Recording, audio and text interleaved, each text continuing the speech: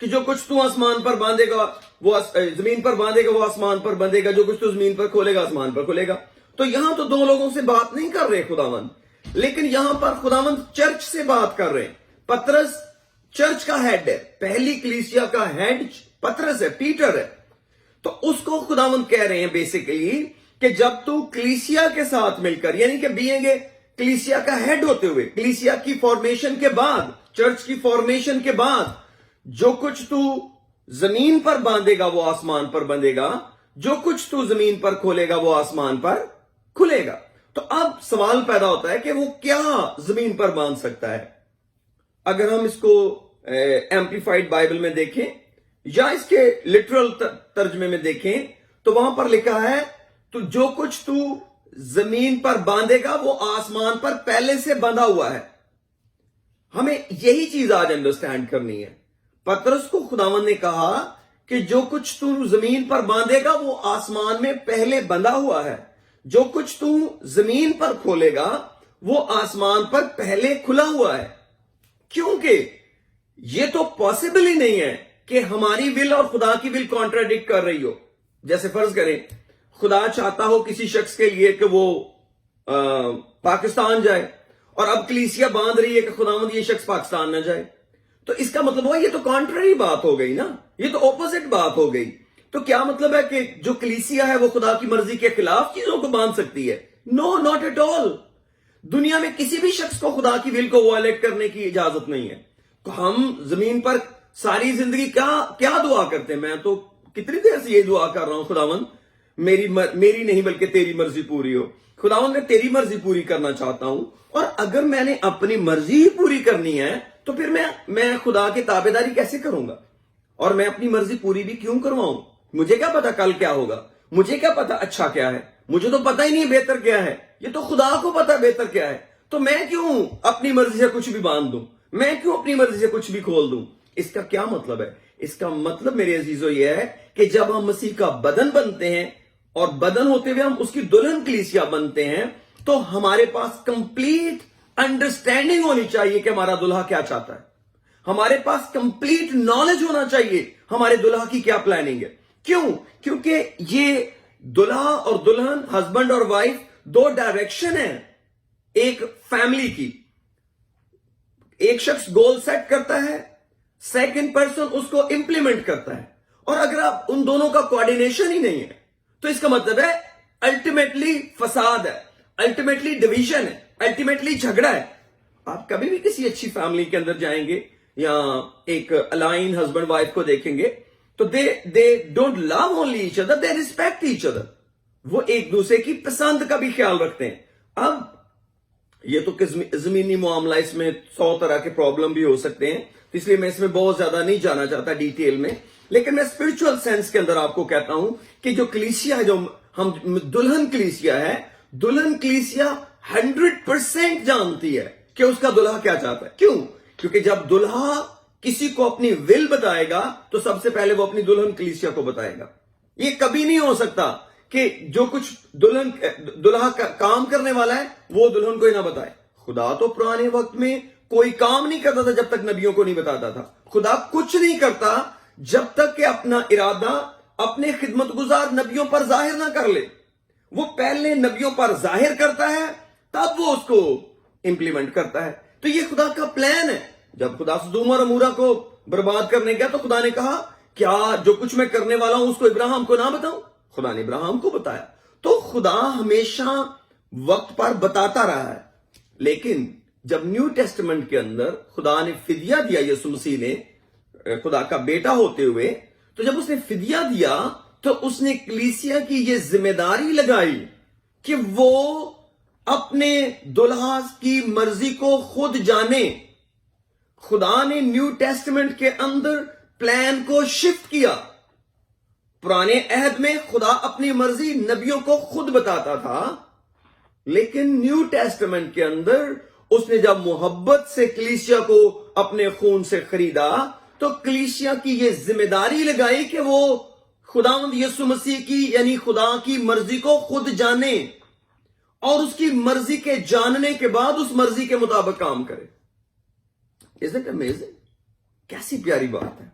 ہمارا جو main focus ہے, جو مین ایجنڈا ہے, وہ خدا کی مرضی کو جاننا ہے. لکھا ہے, میں خدا کے پولس 12ویں باب میں رومنز چیپٹر 12 میں کہتے ہیں کہ میں خدا کی رحمتیں یاد دلا کر تم سے التماس کرتا ہوں کہ اپنے بدن ایک ایسی قربانی ہونے کے لیے, he is persuading people that your body should be a living sacrifice جو acceptable اور holy ہو. اور پھر کیا کرو, خدا کی مرضی کو جانو, because you are given a new mindset. جب آپ کو نئی عقل مل گئی ہے تو دین آپ ٹرانسفارم کر جاؤ. ٹرانسفارم کر کے کیا کرو, تجربہ سے معلوم کرو خدا کو کیا پسند ہے. تجربہ سے معلوم کرو, ایکسپیرینس کرو خدا کی مرضی کیا ہے. افیشین کے اندر لکھا ہے کہ شراب میں متوالے نہ بنو بلکہ اس سے بد چلنی واقع ہوتی, بلکہ خدا کی مرضی کو سمجھو. خدا کی مرضی کو سمجھنا ہماری پہلی ذمہ داری ہے. تو میں جو کیئرفلنس بتا رہا ہوں وہ یہ ہے کہ کلیسیا کے پاس ایک بہت بڑی اتھارٹی آ جاتی ہے جب ہم دعا کرتے ہیں. ایون کہ کتنی بڑی کلیسیا چاہیے, 2 لوگوں کی. کتنی بڑی کلیسیا چاہیے, 2 لوگوں کی, اور وہ میاں بیوی بھی ہو سکتے ہیں. حالانکہ وہ روحانی اعتبار سے ایک ہے, لیکن جب وہ دلہن کلیسیا میں آتے ہیں, خدا کے بیٹے ہیں, خدا کا بیٹا اور بیٹی ہیں, یا ہم ان کو ڈائریکٹلی بیٹے بھی کہتے ہیں, کوئی خدا نے جب ہم روحانی سینس میں جاتے ہیں تو پولس کہتے ہیں نہ کوئی مرد رہا نہ عورت, تو چلو دونوں کو بیٹے کہہ لیتے ہیں. تو وہ دونوں بیٹے ہیں, 2 لوگ بہت پاورفل ہیں, لیکن بیوٹی کیا ہے, وہ دونوں جانتے ہیں خدا کو کیا پسند ہے. اور جو کچھ خدا کو پسند ہے, اب سوال پیدا ہوتا ہے جب خدا کو ہی پسند ہے تو وہ زمین پہ خود ہی کیوں نہیں کر لیتا. نو, خدا کبھی بھی نیو ٹیسٹمنٹ کے اندر چرچ کو انوالو کیے بغیر کچھ نہیں کرتا. خدا نے ہمیشہ چرچ کو انوالو کیا. جب چرچ کو انوالو کیا دین اس نے اپنی مرضی کو امپلیمنٹ کیا. ابھی ہم نے پڑھا ہے پترس کو خدا نے کہا جو کچھ تو زمین پر باندھے گا وہ آسمان پر باندھے گا. تو میں نے کہا وہ اوریجنل ٹیکسٹ میں لکھا ہے جو کچھ تو زمین پر باندھے گا وہ آسمان پر پہلے سے بندھا ہوا ہے. خدا پہلے باندھتا ہے, خدا لیٹ نہیں ہوتا. خدا کوئی بھی کام پہلے کرتا ہے. خدا نے ہماری نجات کا کام پہلے کیا. خدا نے اس کے اپنے بیٹے کو بھیجنے کا انتظام پہلے کیا. انسان کی نجات, یسوع مسیح کا کفارہ, اس کا دفن ہونا, اس کا جی اٹھنا, یہ آلریڈی پہلے پلان ہوا, پھر اس کے بعد زمین پر امپلیمنٹ ہوا. جیسے ایلیا کے بارے میں ہم ایک دن غور کر رہے تھے میرے عزیزو, کہ خدا نے پلان کیا کہ سامریا کے اندر اور اس وقت اسرائیل کے اندر جب بت پرستی تھی کہ زمین پر بارش نہ ہو, تو خدا نے ایلیا کو کہا کہ میں زمین پر بارش نہیں برسانا چاہتا, اور اس نے جا کر اخیب کو کہا کہ جب تک میں نہیں کہوں بارش نہیں ہوگی. پھر خدا نے ایلیا کو کہا میں بارش برسانا چاہتا ہوں. اس کا مطلب ہے خدا نے آسمان پر پہلے پلان کیا بارش کا, ایلیا نے بعد میں ڈکلیئر کیا, اور پھر اس کو 7 بار دعا کرنی پڑی. اس کا مطلب ہے کہ کس قدر یہ خوبصورت ہے کہ خدا اپنی مرضی ہمیں بتانے کے لیے تیار رہتا ہے. پھر جب ہم اس کی مرضی کو جان لیتے ہیں اور پھر ہم متفق ہو جاتے ہیں, اس کا مطلب ہے خدا کی مرضی کے مطابق بھی کئی دفعہ ہماری زندگی میں نہیں ہوتا. کئی دفعہ ہم اپنے دکھوں میں, اپنی کمیوں میں, اپنی مصیبتوں میں سفر کرتے رہتے ہیں, لیکن کوئی شخص نہیں ملتا جو ہیلپ کرے اس سچویشن کے اندر سے نکلنے کے لیے. تبھی خدا نے کہا اگر کوئی بیمار ہو تو وہ کلیسیا کے بزرگوں کو بلائے. اس کا مطلب ہے خدا کی مرضی ہے اس بندے کو ٹھیک کرنے کی, لیکن پروسیجر کلیسیا کے بزرگ ہیں. اور اگر پروسیجر مسنگ ہو جائے, پروسیجر کے لیے لوگ اویلیبل نہ ہو, تو اس کا مطلب وہ کام رہ جائے گا. اب دیکھیں آپ, ہم کئی دفعہ سوچو انہوں خدا تو سب کچھ کر سکتا ہو. ریئلی؟ تو اگر سب کچھ کر سکتا تھا تو کرنیلیس کے گھر میں خدا نے سب کچھ کیوں نہ کیا؟ ایک فرشتہ اس کے پاس کرنیلیس کے پاس بھیجا, ایک فرشتہ پترس کے پاس بھیجا, رویا میں اس کو بتایا کہ بھئی ایک آدمی آئے گا تو اس کے ساتھ چلے جانا. تو خدا تو نجات کو ڈائریکٹلی نہیں دے سکتا تھا کہ جا کے پترس کو اس کو کہتے کرنیلیس کو خدا کلام کرتا کہ بھئی جا نجات پا, تجھے نجات پانی چاہیے. یہ سارا کچھ بتانے کا مقصد کیا تھا؟ خدا نے ایک انسان کو انوالو کیا اس کے نجات کے پروسیس میں. یہ خدا کا پلان ہے. کئی دفعہ ہم اپنے آپ کو ورت ہی نہیں کرتے, کہتے ہماری کیا حیثیت ہے. بھائی آپ کی حیثیت یا میری کوئی حیثیت نہیں ہے میری اپنی نظر میں, لیکن خدا کو میری ضرورت ہے. خدا کو میری ضرورت ہے. خدا کو کس سینس میں ضرورت ہے؟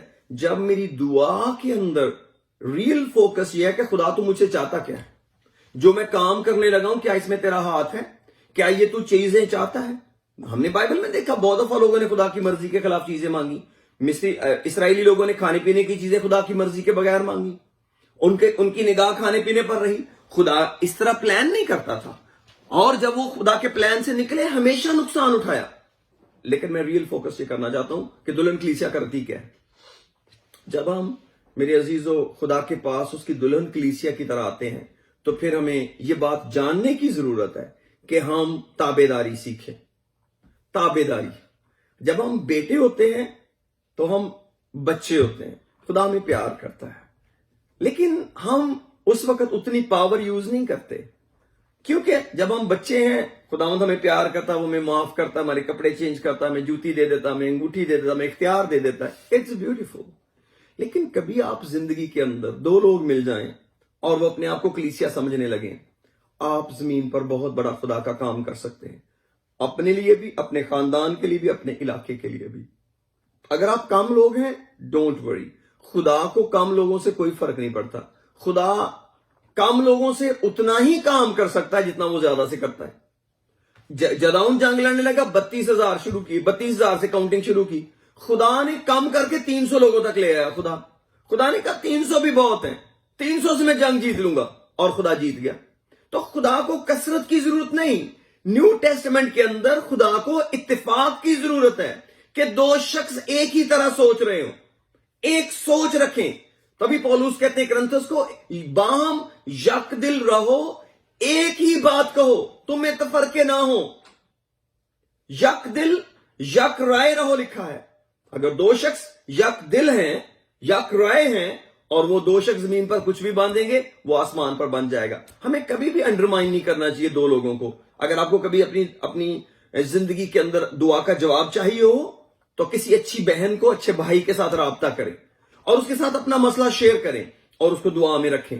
اور پھر وہ دونوں لوگ, میں یہ نہیں کہا میں 2 پہ پابندی لگا رہا ہوں, 3 4 10 50 بھی ہو سکتے ہیں, دیٹس اوکے.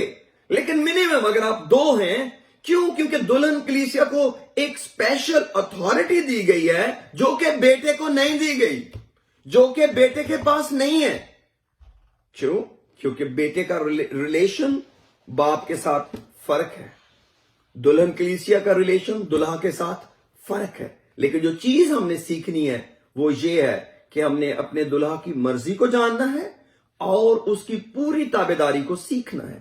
اور ہمارے اندر جتنی کمزوریاں ہیں, ہمارے اندر جتنے داغ اور دبے ہیں, وہ دلہن کلیسیا کے اندر ہوتے ہوئے ہم دور کر سکتے ہیں. کیوں؟ کیونکہ دلہن کلیسیا کو خداوند خود پاک کر رہا ہے. بیٹے کو پاک ہونے کے لیے باپ کے پاس جانا پڑے گا, اس کو خود جانا پڑتا ہے. لیکن دلہا اپنی دلہن کے لیے خود ارینج کر رہا ہے. ایفیژن کے اندر آئیے ذرا.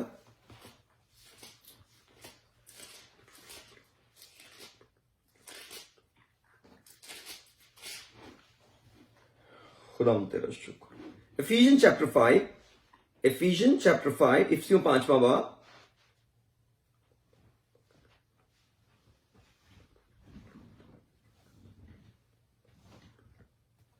میں اس کی 22 ورس پڑھنے لگا ہوں. میں 22 سے نہیں پڑھوں گا, میں تھوڑا سا اوپر سے پڑھوں گا, 21 سے پڑھوں گا, 21ویں آیت سے. ایفیژن چیپٹر 5 21 میں لکھا ہے, اور مسیح کے خوف سے ایک دوسرے کے تابع رہو. افسیوں 5واں باب اس کی 21ویں آیت پڑھ رہا ہوں میں. ایفیژن چیپٹر 5 ورس 21, اور مسیح کے خوف سے ایک دوسرے کے تابع رہو.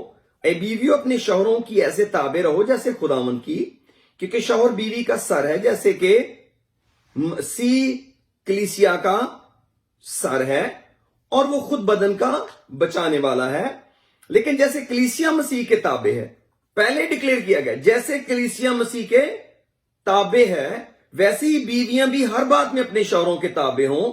اے شوہروں اپنی بیویوں سے محبت رکھو جیسے مسیح نے بھی کلیسیا سے محبت کر کے اپنے آپ کو اس کے واسطے موت کے حوالے کر دیا. اب جو کلیسیا ہے اس کے دلہا کو دلہا بننے کے لیے موت کو چوز کرنا پڑا, اس کو صلیب پر جانا پڑا. نہ صرف کہ وہ فدیہ دے بلکہ وہ دلہا بھی بنے, کیونکہ جب وہ صلیب پر مرا تو اس کی پسلی کو چھیدا گیا اور وہاں سے خون اور پانی بہ نکلا, اور وہ خون اور پانی کلیسیا کے برتھ کی نشانی ہے. وہ جیسے پہلی جو عورت تھی وہ اس کی رب سے لی گئی, آدم کی رب سے لی گئی, اسی طرح جو نئے عہد کی کلیسیا جو روحانی اعتبار سے کلیسیا ہے, جو روحانی سینس میں کلیسیا دلہن ہے, اس کو رب سے لیا گیا, یعنی کہ خون اور پانی وہاں سے باہر نکلا. تو یسوع مسیح کو اس کے لیے موت کو قبول کرنا پڑا. اور 26 میں لکھا ہے تاکہ اس کو کلام کے ساتھ پانی سے غسل دے کر اور صاف کر کے مقدس بنائے. اگر آپ چاہتے ہیں کہ, اور میں چاہتا ہوں کہ ہمارا سٹینڈرڈ خدا کے لائق خود ہی ہو جائے, تو ہمیں اس سٹیج کو قبول کرنا پڑے گا کہ تو میرا دلہا ہے اور میں تیری دلہن ہوں. جب ہم ایک دلہن کلیسیا کی طرح خداوند کے پاس آتے ہیں تو نہ صرف کہ ہم کچھ باندھ اور کھول سکتے ہیں, ہم خداوند میں بڑھتے بھی چلے جاتے ہیں, ہم پیوریفائی بھی ہونے شروع ہو جاتے ہیں. کیونکہ جو دلہن کلیسیا کا مطلب ہے mature adulthood, that shows adulthood. اور پھر اس کے بعد ہم خداوند کے کام کو, اس کی مرضی کو بجا لانے کے لائق ہوتے ہیں. اور لکھا ہے خداوند کا پلان کیا ہے, تاکہ اس کو کلام کے ساتھ پانی سے غسل دے کر اور صاف کر کے مقدس بنائے, اور ایک ایسی جلال والی کلیسیا بنا کر اپنے پاس حاضر کرے جس کے بدن میں داغ یا جھری یا کوئی اور ایسی چیز نہ ہو, بلکہ پاک اور بے عیب ہو. اس کا مطلب ہے Jesus can make such arrangements that there will be no any blemish in us. There will be any spot. There will be no wrinkles in nothing. Everything will be the best with the power of the Christ, with the word of God. تو خداوند ہمیں کیسے صاف کرے گا؟ ہم کو کلام کے سانچے میں لے آئے گا. اور یہی سب سے بڑا کام ہے. جو میاں بیوی کا ریلیشن پتہ کیا ہوتا ہے؟ کلام. ان کے ریلیشن کی بنیاد کیا ہے؟ کلام. شوہر ایک بات کہتا ہے ایسا ہونا چاہیے, بیوی وہ کر لیتی ہے, شی از a good wife.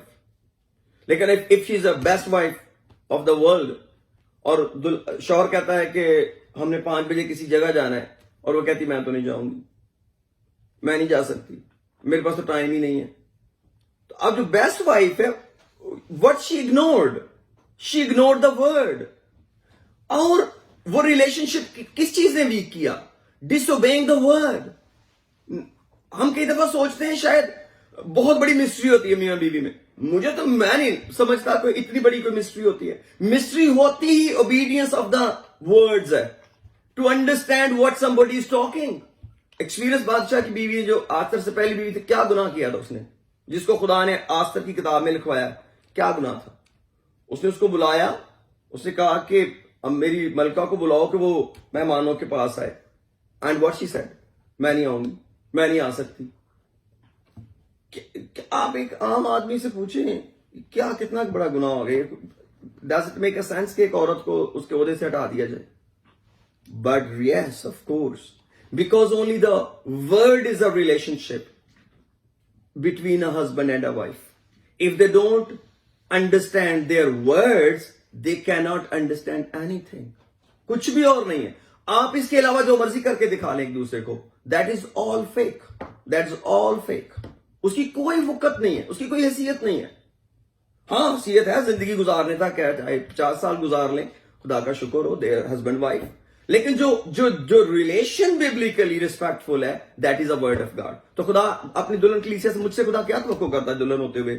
What he is telling, I am obeying. He is speaking, I'm listening. Not he is speaking, I'm listening. Then I will speak, he will listen. یہ نہیں ایسا ہو سکتا کہ خدا بولتا جائے میں سن رہا ہوں اور میں بولوں خدا سنے ہی نہ. Oh no way, it never happens. Then I will speak, he will listen. کیوں؟ کیونکہ مجھے پتا ہے میرے ہسبینڈ کے پیرامیٹرز کیا ہیں, اور میں اس کے پیرامیٹرز میں جو کچھ بھی اس کو کہوں گا وہ کرے گا. میں جو کچھ بھی اس کے پیرامیٹرز کے اندر کہوں گا وہ کرے گا. کیوں؟ کیونکہ وہ میرا دلہا ہے, اور وہ سب کچھ جو وہ اپنے بیٹے کے لیے نہیں کر سکتا وہ میرے لیے کر سکتا ہے. Because I am the bride and he is my groom. This is the reality. اور خدا کا کیا مقصد تھا ہمیں دلہن کلیسیا بنانے کا, اور کلیسیا کو دلہن کہنے کا مقصد کیا تھا؟ تاکہ ایک ایسا خوبصورت بندھن خدا ہمارے ساتھ باندھے جس میں ایک گہرا ٹرسٹ ہو. اور میرے عزیزو, دس از اے بیوٹیفل ریلیشن شپ. پطرس کہتے ہیں یہ بھید تو گہرا مگر میں